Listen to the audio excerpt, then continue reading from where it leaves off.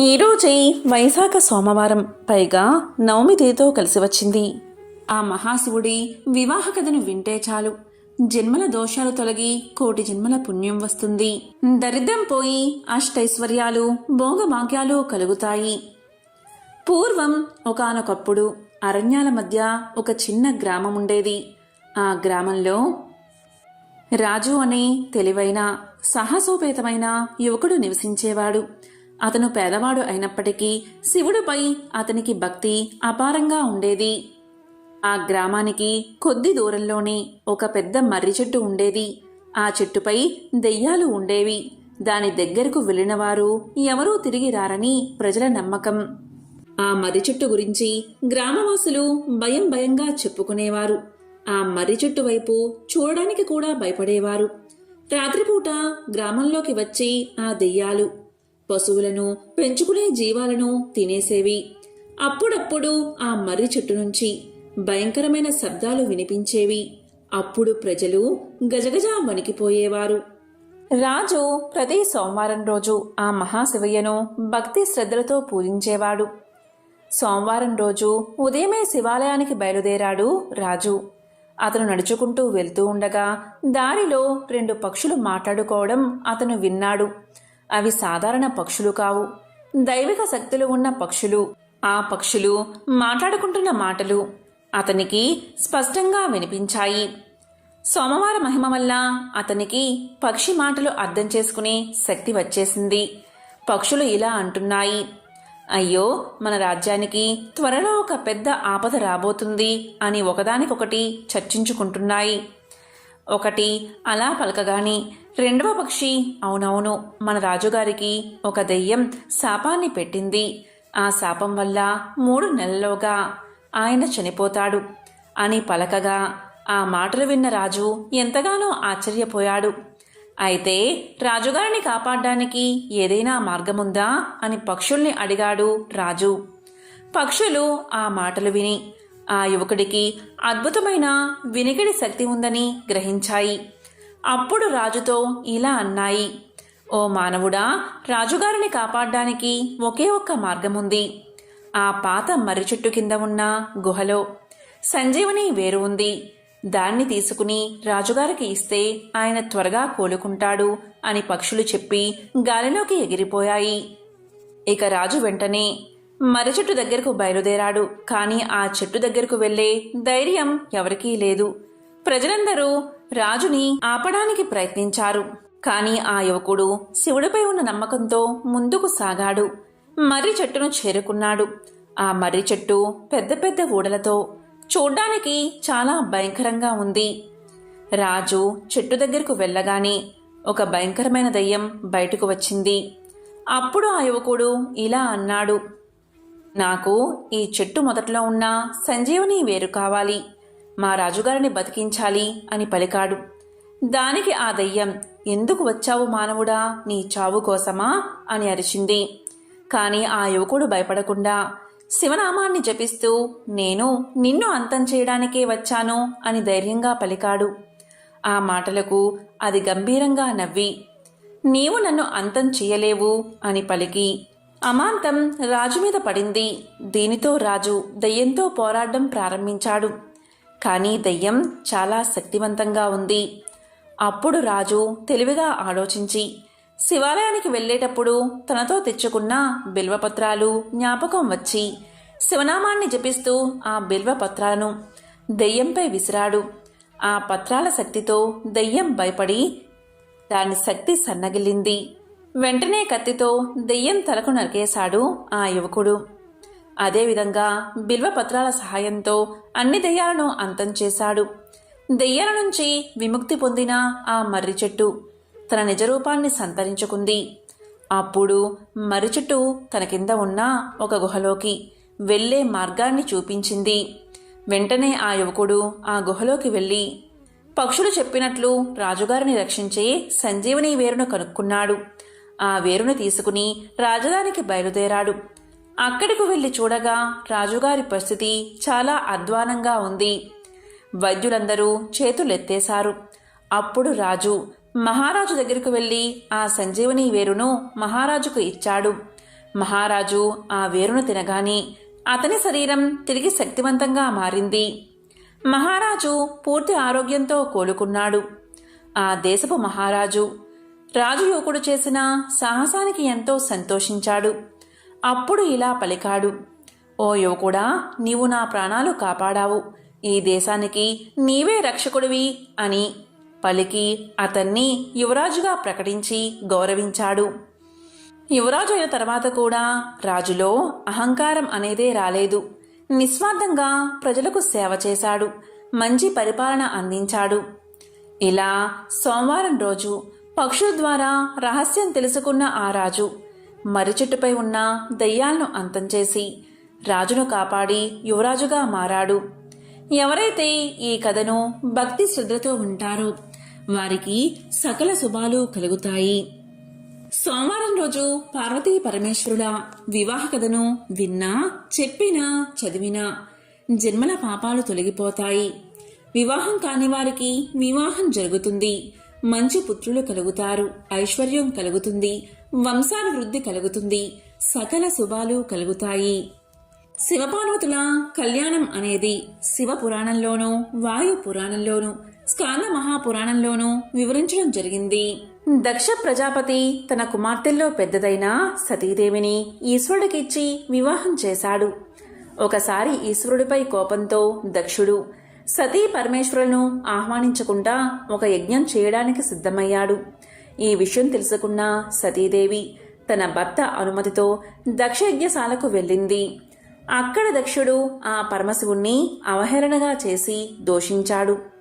భర్తను అన్ని మాటలు తండ్రి అన్నందుకు సతీదేవి ఎంతో బాధపడి అక్కడే ఉన్న యోగాగ్నిలో పడి దగ్ధమైపోయింది.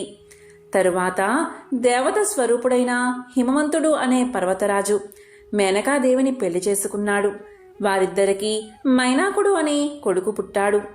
యోగాగ్నిలో దగ్ధమైన సతీదేవి మేనకాదేవి గర్భంలో ప్రవేశించి హిమవంతుడికి కూతురుగా జన్మించింది. ఆమె గౌరవర్ణంలో ఉండడం వల్ల గౌరి అనే పేరు పెట్టారు. పర్వతరాజు యొక్క పుత్రిక కావడం వల్ల ఆమెను ప్రజలంతా పార్వతి అని పిలిచేవారు. పార్వతి దినదిన ప్రవర్ధమానంగా పెరిగి పెద్దదై యవ్వనమతి అయినది. ఇక పరమేశ్వరుడు సతీదేవి వియోగాన్ని భరించలేక తీవ్రమైన తపస్సును ప్రారంభించాడు. హిమవత్ పర్వత ప్రాంతంలో పరమేశ్వరుడు తీవ్రమైన తపస్సు చేస్తున్నాడు అని తెలుసుకున్న హిమవంతుడు పరివారంతో పాటుగా తన కుమార్తె అయిన పార్వతీదేవిని వెంటబెట్టుకుని ఈశ్వరుడు తపస్సు చేసే ప్రదేశానికి వెళ్లి ఆయనకి సపరిచర్యలు చెయ్యమని స్వయంగా తన కుమార్తె అయిన పార్వతీదేవిని నియమించాడు. ఇక పార్వతీదేవి భక్తి శ్రద్ధలతో పువ్వులు, సమిధలు, దర్భలు ఈశ్వరునికి భంగం కలగకుండా అందిస్తూ సపరిచర్యలు చేస్తుంది. ఇక ఆ సమయంలోనే తారకాసురుడు అనే రాక్షసుడు ఉండేవాడు. అతడు అందరినీ అంటే దేవతలను, మనుషులను, ముళ్లను ఎన్నో బాధలకు గురిచేసేవాడు. ఇక తారకాసురుడు పెడుతున్న బాధలు భరించలేక దేవతలంతా దేవేంద్రుడితో కలిసి బ్రహ్మదేవుణ్ణి చేరుకున్నారు. వారు బ్రహ్మదేవుడితో తారకాసురుడు వల్ల తాము పడుతున్న బాధలు వివరించి ఆ రాక్షసుని సంహరించమని ప్రార్థించారు. అప్పుడు బ్రహ్మ ఇలా పలికాడు, ఓ దేవతలారా, మీ కోరిక నెరవేరుతుంది, కానీ నేను ఆ రాక్షసుణ్ణి సంహరించలేను. అతన్ని సంహరించేది కేవలం ఈశ్వరుడి ద్వారా పుట్టిన సంతానానికే సాధ్యం. ఈశ్వరుడి ద్వారా సంతానం పుట్టాలి అంటే ఈ సృష్టిలో హిమవంతుడి కుమార్తె అయిన పార్వతీదేవికి మాత్రమే ఆ శక్తి ఉంది. కాబట్టి పార్వతీదేవి ప్రస్తుతం పరమేశ్వరుడికి సపరిచర్యలు చేస్తుంది. వారి మధ్య ఆకర్షణ కలిగేలా చెయ్యండి అని బ్రహ్మదేవుడు చెప్పి అంతర్ధానమయ్యాడు. ఇక దేవతలంతా పార్వతీ పరమేశ్వరులకు ఆకర్షణ కలిగించి వివాహం చెయ్యాలి అని నిశ్చయించుకున్నారు. అప్పుడు దేవేంద్రుడు పరమేశ్వరుడి మనస్సు చలింపచేయగలిగే శక్తి ఒక్క మన్మధుడికి మాత్రమే ఉందని గ్రహించి మన్మధుణ్ణి మనసులో తలుచుకున్నాడు. వెంటనే మన్మధుడు స్త్రీల గణబొమ్మల వంటి అందమైన ధనస్సును భుజంపై పెట్టుకుని లేత మామిడి మొగ్గను బాణంగా కట్టుకుని స్నేహితుడైన వసంతుడితో కలిసి ఇంద్రుడి దగ్గరకు వచ్చాడు. మన్మధుడు రాగానే ఇంద్రుడు ఇలా పలికాడు, ఓ మిత్రమా, దేవతలను మిక్కిలి బాధించి తారకాసుని చంపగలిగే శక్తి శివ పార్వతులకు కలిగే సంతానం వల్లే సాధ్యం. అందువల్ల ఈశ్వరుడి మనస్సు పార్వతి ఆకర్షించేటట్లు నీ బాణాన్ని ప్రయోగించు. ఈ పనిలో వసంతుడు నీకు సహాయపడతాడు. దీనివల్ల నీకు మంచి కీర్తి కలుగుతుంది అని చెప్పాడు దేవేంద్రుడు. అంతటా దేవేంద్రుడి మాటలు విన్న మన్మధుడు తన భార్య అయిన రతీదేవిని, స్నేహితుడైన వసంతునితో కలిసి శివుడి దగ్గరకు వెళ్ళాడు. అక్కడకు వెళ్ళగానే దేవదారు చెట్టు మొదట్లో పులితోలు పరుచుకుని కూర్చున్న మహేశ్వరుణ్ణి మన్మధుడు చూశాడు. ఈశ్వరుడు ధ్యానం చేస్తూ ఉన్నాడు. ఇంతలో చెలికత్తెలతో పువ్వులు మొదలైన వాటిని పట్టుకుని వస్తున్న పార్వతిని మన్మధుడు చూశాడు. పార్వతీదేవి పరమశివుని దగ్గరకు వచ్చింది. అదే సమయంలో నంది శివుడికి నమస్కారం చేసి పార్వతి వచ్చిన విషయాన్ని తెలియచేశాడు. వెంటనే పార్వతీదేవి చలికత్తెలు తాము తెచ్చిన పూలను ఈశ్వరుడి పాదాల దగ్గర పెట్టారు. ఆ మహాశివుడికి పార్వతి నమస్కారం చేసింది. దానికి ఆ మహాశివుడు సవతిపోరు లేని ప్రియుణ్ణి భర్తగా పొందుము అని ఆశీర్వదించాడు. ఇక మన్మధుడు వారిద్దరినీ దగ్గరగా చూశాడు. తాను పూల బాణాన్ని ప్రయోగించడానికి ఇదే సమయమని నిశ్చయించుకున్నాడు. పార్వతీదేవి ముఖాన్ని చూశాడు ఈశ్వరుడు. పార్వతీదేవి సిగ్గుతో తలదించుకుంది. అంతలో శివుడు తన మనస్సు చలించడానికి కారణం ఏమిటో అని ఆలోచించి నాలుగు వైపులా చూశాడు. దూరంగా బాణాన్ని ప్రయోగించడానికి సిద్ధంగా ఉన్న మన్మధుడిని చూసి ఆ మహాశివుడు ఆగ్రహించి మూడో కన్ను తెరుచుకుని ఆ అగ్ని జ్వాలలో మన్మధుడు దహించుకుపోయాడు. తన భర్త కాలిపోవడం చూసిన రతీదేవి మూర్ఛపోయింది. తన సమస్యకు ఆటంకం కలిగించిన పార్వతీదేవికి దూరంగా వెళ్లిపోవాలని అంతర్ధానమయ్యాడు ఆ మహాశివుడు. ఇక పార్వతీదేవి చెలికత్తెల ముందు తనకు అవమానం జరిగిందని భావించి తన తండ్రి ఇంటికి వెళ్లిపోయింది. ఇక పార్వతీదేవి శివుడు గురించి తపస్సు చెయ్యాలని తండ్రైన హిమవంతుడితో చెప్పింది. తండ్రి సరే అని విశాలమైన శిఖరం మీద తగిన ఏర్పాట్లు చేయించాడు. అప్పుడు పార్వతి తపస్సు చేసిన శిఖరమే నేడు గౌరీ శిఖరంగా పేరు పొందింది. ఇక పార్వతీదేవి కఠినమైన తపస్సు చెయ్యాలని నిర్ణయించుకుని ఆమె అయాచితంగా లభించిన నీళ్లను, సూర్యకిరణాలను మాత్రమే ఆహారంగా స్వీకరిస్తూ తపస్సు చేసింది. ఈ విధంగా ఆమె శరీరం ఎండకు ఎండి వానలో తడిసి వణికి మహాముళ్ళ తపస్సును అధిగమించింది. ఇక ఒకరోజు మహాశివుడు ఈమె తపస్సుకు మెచ్చుకుని మాయా బ్రహ్మచారి రూపంలో పార్వతీదేవి యొక్క తపోవనానికి చేరుకున్నాడు. ఇక పార్వతీదేవి ఆయనకు ఎదురుగా వెళ్లి గౌరవంగా సపరిచర్యలు చేసి ఆశ్రమానికి తీసుకువచ్చింది. ఇక పార్వతితో మాట్లాడాలని ఆ బ్రహ్మచారి ఇలా పలికాడు. యవ్వనంలో ధరించవలసిన ఆభరణాలు విడిచిపెట్టి ముసలితనంలో ధరించే నారబట్టలను ఎందుకు ధరించావో చెప్పు. ఒకవేళ నీవు ప్రేమ గురించి తపస్సు చేస్తూ ఉంటే వెంటనే ఆ తపస్సు ఆపు. ఎందుకంటే నేను కూడా తపస్సు చేసినవాడినే. కావాలంటే నా తపస్సులో సగభాగాన్ని నీకు ఇస్తాను. దానివల్ల నీవు కోరిన ప్రియుణ్ణి పొందవచ్చు. అతను ఎవరో నాకు చెప్పు అంటాడు. దానికి చెలికత్తెలు ఆ మహాశివుణ్ణే భర్తగా పొందాలని ఇలా తపస్సు చేస్తుంది అంటారు. ఆ చెలికత్తెలు మాటలు విన్న ఆ మాయా బ్రహ్మచారి నీ చెలికత్తెలు చెప్పిన మాటలు నిజమేనా అని అడగ్గా దానికి పార్వతీదేవి అవునని సిగ్గుపడుతుంది. దానికి మాయా బ్రహ్మచారి ఇలా అంటాడు. ఓ పార్వతి, ఆ మహాశివుడికి అన్నీ చెడు అలవాట్లే. ఆ అలవాట్ల గురించి తెలిసి నీవు అతన్ని ఎలా వివాహం చేసుకోవాలి అనుకుంటున్నావు? పాములను కడియంగా ధరిస్తాడు. శివుడిలో వరుడుకు ఉండవలసిన లక్షణం ఒక్కటైనా ఉందా? పుట్టుక ఎటువంటిదో ఎవరికీ తెలియదు. బట్టలు కూడా వేసుకోడు. పులిచర్మాన్ని కప్పుకుంటాడు. శ్మశానంలో ఉంటాడు. అతన్ని పట్టుకుంటే నీ చర్మం కందిపోతుంది. వెంటనే నీ మనసు మార్చుకో అని పలుకుతాడు. దానికి పార్వతీదేవి ఇలా సమాధానం చెప్తుంది. నీవు నిజంగా ఈశ్వరుడి పరమార్థం తెలిసినవాడివి కాదు. లేకుంటే ఇలా మాట్లాడవు. ఈశ్వరుడు దరిద్రుడు అయినప్పటికీ సంపదలంటికి ఆయనే కారణమవుతాడు. శ్మశానవాసి అయినప్పటికీ 3 లోకాలకు అతనే అధిపతిగా ఉన్నాడు. భయంకరమైన రూపం కలిగినప్పటికీ మంచివాడు అని చెప్తూ ఉంటారు. శివుడు ఆభరణాలను ధరిస్తాడు, పాములను ధరిస్తాడు, కపాలాన్ని పట్టుకుంటాడు, బాలచంద్రుణ్ణి ధరిస్తాడు. విశ్వమూర్తి అయిన శివుడి శరీరం ఇలానే ఉంటుందని ఎవరూ నిర్ధారించలేరు. శరీర స్పర్శ వల్ల చితాభస్మం పరిశుద్ధిని కలిగిస్తుంది. కాబట్టే ఆయన తాండవం చేసినప్పుడు రాలే ఆ భస్మాన్ని తలపై ధరించడానికి దేవతలు తమ కిరీటాలకు పోసుకుంటారు. పెద్ద ఏనుగుపై ఊరేగే దేవేంద్రుడు ఎదురుగా వచ్చే ఆ శివుణ్ణి చూసి శిరస్సు వంచి నమస్కారం చేస్తున్నాడు. కాబట్టి ఇంత జ్ఞానం కూడా లేని నీ దగ్గర నేను ఉండలేను అని పార్వతీదేవి వెళ్ళిపోయేలోపే శివుడు తన నిజరూపాన్ని ధరించి ఆమెను పట్టుకుని, పార్వతీ, నీ తపస్సు వల్ల నన్ను నీవు కొన్నావు, నేను నీ పాద సేవకుణ్ణి అని చెప్తాడు. ఆ మాటలు విన్న పార్వతి తపస్సు వల్ల పొందిన కష్టాలన్నీ మర్చిపోతుంది. శివుడికి భార్యను పొందాలి అనే కోరిక కలగగానే మన్మథుడికి ఉపశమనం కలిగింది. ఆ తర్వాత పార్వతీదేవి తండ్రి హిమవంతుడు సకల దేవతల సమక్షంలో మంగళ వాయిద్యాల మధ్య పుష్పవర్షం కురుస్తున్న వేళ పార్వతీదేవిని తీసుకువచ్చి శివుడితో కలిపి వివాహం జరిపించాడు. ఈ విధంగా పార్వతీ పరమేశ్వరుల వివాహం అంగరంగ వైభవంగా జరిగింది. ఆ తరువాత వాళ్ళిద్దరికీ పార్వతీదేవి యొక్క మనస్సంకల్పం చేత వినాయకుడు జన్మిస్తాడు. తరువాత వాళ్ళిద్దరికీ కుమారస్వామి జన్మిస్తాడు.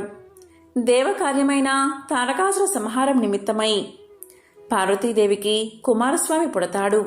ఆ తరువాత కుమారస్వామి తారకాసురుని సంహరించి దేవతలను సంతోషపెడతాడు. ఎంతో పవిత్రమైన విశేషమైన ఈ శివపార్వతుల వివాహ కథను ఎవరైతే వింటారో వారి జన్మల పాపాలు తొలగి కోటి జన్మల పుణ్యం వస్తుంది, సకల శుభాలు కలుగుతాయి. పూర్వకాలంలో ఒక గ్రామంలో శివదేవుడు అనే ఒక మహాశివభక్తుడు ఉండేవాడు. ఇతను ప్రతిరోజు కూడా తమ ఊరిలో ఉన్నటువంటి శివాలయానికి ఈ శివదేవుడు ఒట్టి చేతులతో వెళ్లకుండా బాగా కాచి చల్లార్చినటువంటి ఒక కుంచుడు పాలను ఆలయానికి తీసుకుని పోయి పరమేశ్వరుడికి నైవేద్యంగా వాటిని ఆరగింపు చేస్తూ ఉండేవాడు. అలా భక్తితో స్వామివారికి నమస్కారం చేసి ఆపై ఆ పాలను ఇంటికి తీసుకుని పోయేవాడు. ఈ విధంగా పరమ నిష్ఠతో ప్రతిరోజు కుంచుడు పాలను ఆ పరమేశ్వరుడికి ఆరగింపు చేస్తూ ఉండేవాడు ఆ శివభక్తుడు. ఇలా కాలం గడుస్తూ ఉండగా ఒకరోజు ఆ శివదేవునికి ఒకసారి భార్యతో కలిసి పొరుగురు వెళ్లవలసిన పని పడుతుంది. దాంతో తాను నిష్ఠగా చేసేటటువంటి శివపూజ, అలాగే పరమేశ్వరుడికి పాలను నివేదన చేసేటటువంటి పని ఏ విధంగా చెయ్యాలి అని తీవ్రంగా ఆలోచిస్తూ ఉన్నాడు శివదేవుడు. అప్పుడు శివదేవుడు తన కుమార్తెను పిలిచాడు. ఆమె పేరు గొడగూచి. ఆమెతో శివదేవుడు ఇలా పలికాడు, అమ్మా, ప్రతిరోజు నువ్వు శివాలయానికి వెళ్లి పరమశివుడికి పాలను నైవేద్యంగా పెట్టు. ఈ బాధ్యత సక్రమంగా నెరవేర్చు అని చెప్పి తల్లిదండ్రులు వెళ్లిపోయారు.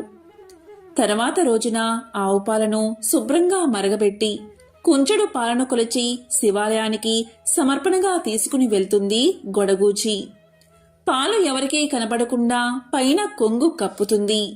శివాలయానికి ఎదురుగా పాలను పెట్టి పాలను తాగమని శివలింగాన్ని కోరుతుంది. పాలు శివలింగం ముందర పెట్టి అమాయకత్వంతో శివుడు వచ్చి స్వయంగా తానే పాలు తాగుతాడు అనుకుంటుంది ఆ చిన్ని పిల్ల. కాని ఎంతసేపైనా శివుడు ఆ పాలు తాగకపోయేసరికి ఎంతో బాధపడుతుంది. పాలు తాగమని శివుణ్ణి ప్రార్థిస్తుంది. ఎంత ప్రార్థించినా సరే శివుడు పాలు తాగకపోయేసరికి ఎందుకు తాగడం లేదని ఎన్నో కారణాలను ఆలోచిస్తుంది. ముక్త భక్తితో గొడగూచి శివుణ్ణి ప్రశ్నలు అడగడం ప్రారంభిస్తుంది. ఏమైంది? ఎందుకు పాలు తాగడం లేదు? చిన్నపిల్లను నేను. పాలు తెచ్చానని తాగడం లేదా? నీవు ఇప్పుడు పాలు తాగు. నీకు కావాలంటే గుజ్జు భోగిరపు పాలను తెచ్చిస్తాను అని కోరింది. అయినా శివుడు పాలు తాగలేదు. మళ్ళీ ఆమె ఇలా పలికింది, ఎందుకు పాలు తాగడం లేదు? పాలు వేడిగా ఉన్నాయా? కమ్మని వాసన రావడం లేదా? పాలు శుభ్రంగా లేవా? ఏమైనా పాలు విరిగిపోయాయా? పాలల్లో నుంచి ఏమైనా వాసన వస్తుందా?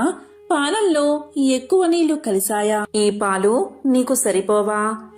ఎందుకు తాగడం లేదు అని ఎన్నో ప్రశ్నలు వేసి ఒకసారి నేను తెచ్చిన ఈ పాలు తాగు అని కోరింది. అయినా మహాశివుడు పాలు తాగలేదు. మళ్ళీ ఆమె ఇలా పలికింది, నేను ఒంటరిగా పాలు తెచ్చానని తాగడం లేదా? ఈ గిన్నె బాలేదా? నాకు నైవేద్యం పెట్టడం రాదని నీవు తాగడం లేదా? పాలపై మీగడ సరిగ్గా లేదా? ఈ పాల మీద వేరే ఎవరైనా దృష్టి పడిందని నీవు తాగడం లేదా?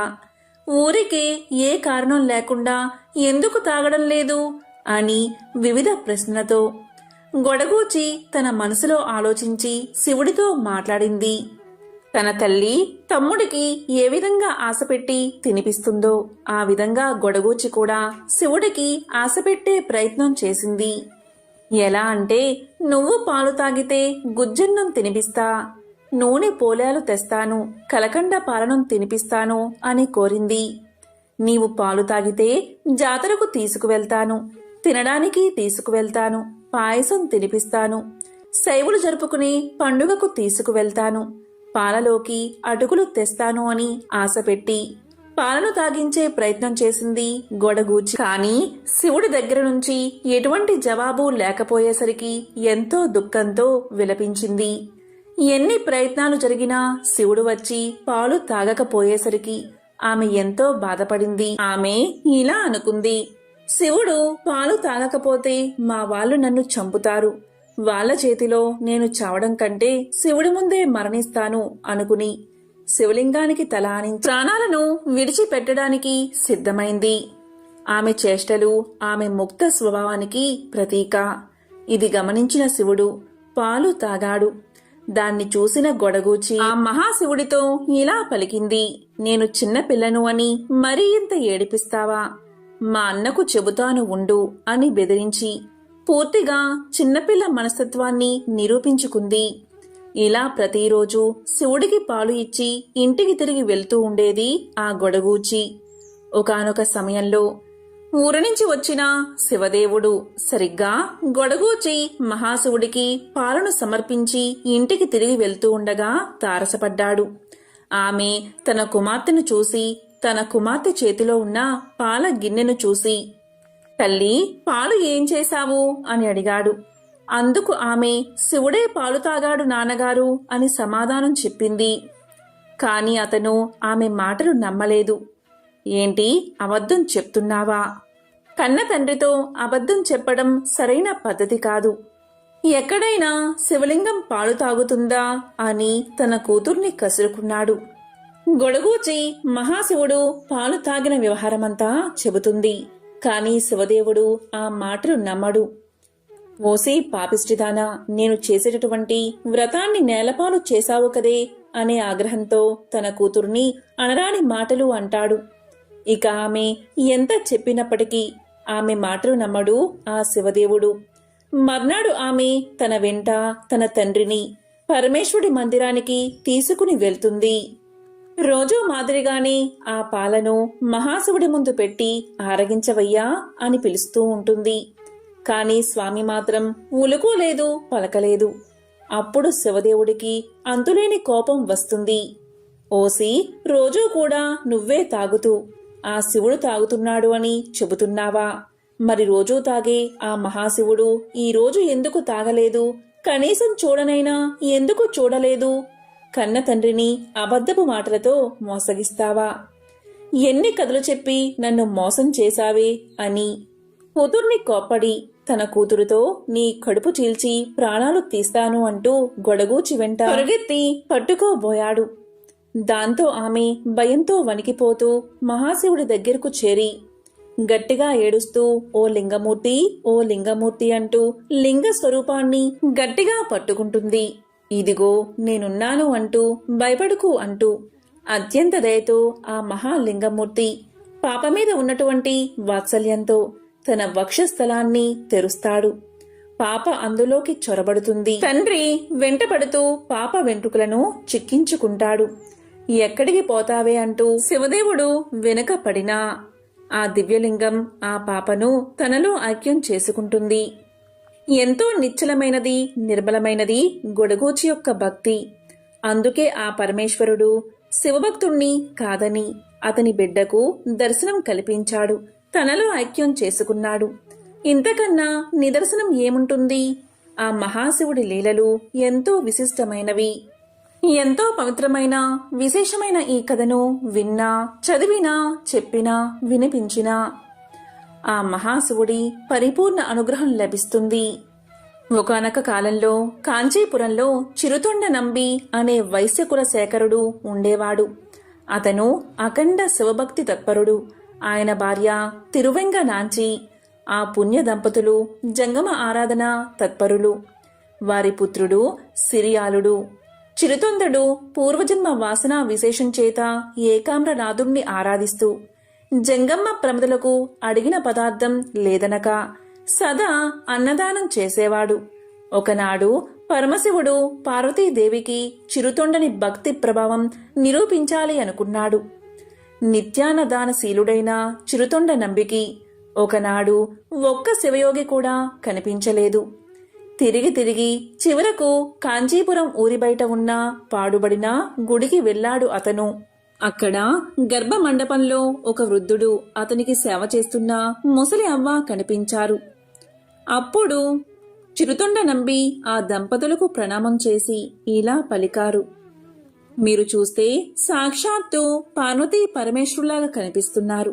మీరు మా ఇంటికి వచ్చి శివార్చన అందుకుని మమ్మల్ని చరితార్థుల్ని చెయ్యండి అని ప్రార్థించాడు. అప్పుడు ఆ వృద్ధుడు ఇలా పలికాడు: 7 రోజుల నుంచి నిరాహార వ్రతం పూని ఉన్నాను నేను. ఆ వ్రతానికి ఉద్యాపనం పశుపహారం, అంటే యాగ పశువుగా నరుడు తప్ప మరొకడు పనికిరాడు. సుందరుడు రోగ విహీనుడు అయిన చిన్న పిల్లవాణ్ణి తల్లిదండ్రులు వండి మాకు వడ్డించి మాతో పాటు భోజనం చెయ్యాలి అన్నాడు ఆ వృద్ధుడు. దీంతో చిరుతొండడు ఇంటికి వెళ్లి విషయమంతా భార్యకు తెలియజేశాడు. అప్పుడు ఆమె నవ్వి ఇలా పలికింది: స్వామి, మన శరీరార్థ ప్రాణాలకు కర్తలు ఆ శివయోగీశ్వరులే కదా. వారి సొమ్ములు వారికి సమర్పించడానికి మనకి ఆలోచన ఎందుకు అని పలికింది. వెంటనే శివయోగిని తీసుకురావడానికి బయలుదేరాడు చిరుతొండడు. అంతకుముందే శివుడు మరొక వేషంలో గురువుగారి ఇంటిలో పాఠాలు చదువుకుంటున్న సిరియాలుని దగ్గరకు చేరుకున్నాడు. ఆ జటాధారిని చూడగాని సిరియాలుడు ఎదురుగా వెళ్లి సాష్టాంగ నమస్కారం చేశాడు. భక్తి తాత్పర్యంతో నమస్కారం చేస్తూ నిలుచున్న సిరియాలునితో ఇలా పలికాడు: నాయనా, నీ తండ్రి చిరుతొండ నంబి నిన్ను చంపి ఒక నిర్భాగ్యుడైన శివయోగికి ఆహారంగా పెట్టబోతున్నాడు. తన కడుపున పుట్టిన కుమారుడి మెడకోసి చంపి జోగులకు పెట్టే క్రూరుడు ఈ లోకంలో ఎక్కడైనా ఉంటాడా? స్నేహశిరుని కాబట్టి ఈ విషయం నీకు చెప్పడానికై వచ్చాను. బతికుంటే బొలసాకు తినవచ్చు, నీ ప్రాణాలు కాపాడుకో అని చెప్పాడు. ఈ మాటలు విన్న సిరియాలుడు చెవులు మూసుకుని ఇలా అన్నాడు: మహానుభావా, నీవీ రకంగా మాట్లాడడం న్యాయమా? ఇతరుల కోసమై శరీరాన్ని, ధనాన్ని వ్యయం చేయడం కంటే ఈ జన్మకు సార్థకత ఏమున్నది అన్నాడు. చిరుతొండడు వృద్ధ శివయోగిని ఇంటికి తీసుకువెళ్లాడు. పాఠశాలకు వెళ్లి కుమారుణ్ణి తీసుకువచ్చాడు. కుమారుణ్ణి తొడమీద కూర్చోబెట్టుకుని ఇలా పలికాడు తండ్రి: నాయనా సిరియాల, ఎల్లప్పుడూ పంచాక్షరి మంత్రమే జపిస్తూ ఉండు అని పలికి కత్తితో అతని శిరస్సును ఖండించాడు. ఒక్క వేటుతో కింద పడిపోయిన సిరియాలుడి శిరస్సు నమశివాయ నమశివాయ నమశివాయ అని మంత్రాన్ని పఠిస్తుంది. భోజనశాలలో వంట సిద్ధమైనది. అమృత ఆహారం ఆరగించవలసిందిగా నమస్కరించారు ఆ నంబి దంపతులు. అప్పుడు ఆ శివయోగి ఇలా పలికాడు: నాకు మరొక్క నియమం ఉన్నది. మగబిడ్డలేని నిర్భాగ్యుడి ఇంట్లో భోజనం చేయకూడదు. నీ కుమారుణ్ణి పిలువు అన్నాడు ఆ మాయా జంగముడు. అప్పుడు నంబి ఇలా పలికాడు: స్వామి, ముందే ఆ విషయం చెప్పి ఉంటే కుమారుణ్ణి పిలిచేవాణ్ణి. ఇప్పుడు వాడెక్కడికి పోయాడో ఆడుకోవడానికి అన్నాడు నంబి. ఆ వృద్ధ దంపతులు నంబి భార్యను ఎలుగెత్తి కుమారుణ్ణి పిలవమన్నారు. వెంటనే నంబి భార్య రారా రారా కుమారా అని దిక్కులు ప్రతిధ్వనించేటట్లు పిలిచింది. అలా పిలవగానే మరుక్షణమే ఆకులలో ఉన్న శాఖపాకాల నుంచి సిరియాల కుమారుడు వారి ముందు నిలిచాడు. పరమశివుడు భస్మదేహంతో నాగాలంకార భూషణుడై అర్ధచంద్రాకృతితో సాక్షాత్కరించి సశరీరములతో కైలాసానికి రమ్మని వారిని ఆహ్వానించాడు. అంత చిరుతొండడు ఇలా పలికాడు: స్వామి, నీ దయవల్ల 1000 గోత్రములకు చెందిన మా వైశ్యులందరూ ఈ కంచి పట్టణంలో ఈశ్వర ఆరాధన చేస్తూ ఉన్నారు. వారందరినీ విడిచిపెట్టి నేనొక్కడినే రాలేను. ఇంతమందిని కైలాసానికి రమ్మంటే వస్తాను అన్నాడు. అప్పుడు శంభుడు కరుణించి కంచిలో ఉన్న వైశ్యులందరూ కైలాసానికి వచ్చేటట్లు వరాన్ని ప్రసాదించాడు. కన్న కుమారుణ్ణి కూడా బలి చేయడానికి వెనుదీయకుండా తనతో పాటు స్వజనానికి కూడా మోక్షం ఇప్పించిన చిరుతొండ నంబి పరోపకారార్థమై తన శరీరమే దానం చేసిన సిరియాలుడు శైవ భక్తుల్లో అగ్రగణ్యులు. ఎంతో పవిత్రమైన విశేషమైన ఈ కథను విన్న వారికి మోక్షం కలుగుతుంది. ఓం నమః శివాయ. ఓం నమో నారాయణాయ.